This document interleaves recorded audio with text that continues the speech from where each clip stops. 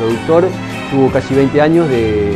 usar solamente glifosato para controlar malezas y eso ya nos ha demostrado la naturaleza que hace más de 5 años que tenemos que recurrir a otros modos de acción herbicida y volver a recordar esos herbicidas que usábamos cuando las sojas eran convencionales, o sea, no eran resistentes al glifosato. De hecho, nos está demostrando que hoy por hoy, si bien nos salen nuevos modos de acción herbicidas, el productor está recurriendo a esos viejos modos de acción que usábamos cuando las sojas eran convencionales, por ahí con el agravante de que si bien provocaban algo de fitotoxicidad, eran sojas grupos más largos, de mucho más follaje, de mucho más volumen, digamos, en su biomasa, entonces toleraban por ahí un poco más los problemas de fitotoxicidad. Hoy tenemos sojas de grupos mucho más cortos, con mucho más potencial, pero mucho menos volumen de biomasa, de verde, digamos. Provocar fitotoxicidad a una soja de grupos cortos puede desembocar en un problema porque no solamente estoy restando biomasa, sino que también le estoy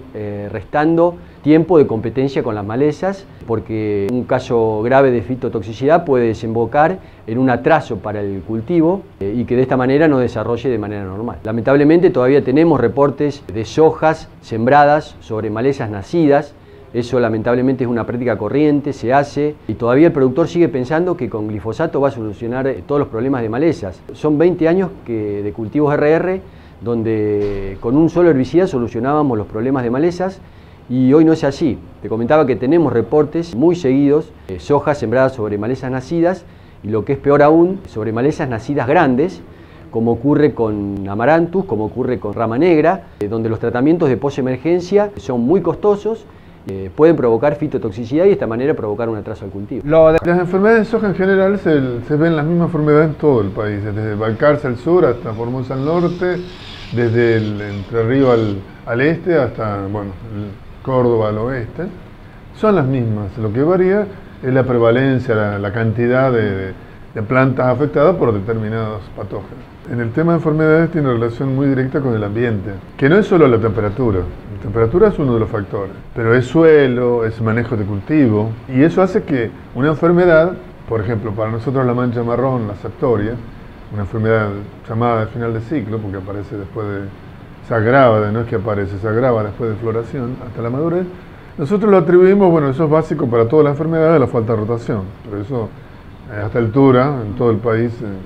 hay una falta de rotación, ¿no? Pero allá por ahí un poquito más agravada. Pero también se le atribuimos a otras condiciones, por ejemplo, las fechas de siembra, el tipo de cultivares, independientemente de la cuestión genética. Por ejemplo, en esta zona se siembra más temprano y eso probablemente haga de que logre una mayor cobertura en el momento en que la enfermedad se ve más favorecida. Y como esta enfermedad, la mancha marrón, necesita un espaciamiento entre surcos, porque es la forma que las esporas que son pesadas, que están en las trofas, se liberan por la lluvia. Entonces ya ese es un factor, no es el único, pero un factor muy importante que a nosotros nos afecta en cuanto a la falta de cobertura, que siembra más tarde, generalmente en condiciones no de abundante lluvia. Entonces en ese periodo crítico cercano a floración se le presentan las condiciones. Después hay otras situaciones para otras enfermedades como la mancha codorrana, por ejemplo, que es más importante, siempre fue más importante en esta zona que en la nuestra, pero ahí eso está ligado a otros factores de manejo, como el uso de semillas, que se haya introducido desde alguna zona en especial semillas con el patógeno, más o menos como lo que ocurrió con el cancro en la década del 90 en San Justo de Santa Fe. Eso hace que haya focos donde entró la enfermedad por las semillas, están los focos. Bueno, eso pasó con el cancro de la soja en San Justo y aparentemente, según mi punto de vista, pasó en esta zona con la mancha codorrana. De ahí hay otras dentro de las llamadas final de ciclo, que son foliares, que también son importantes, ya de las cuales ya mencioné dos: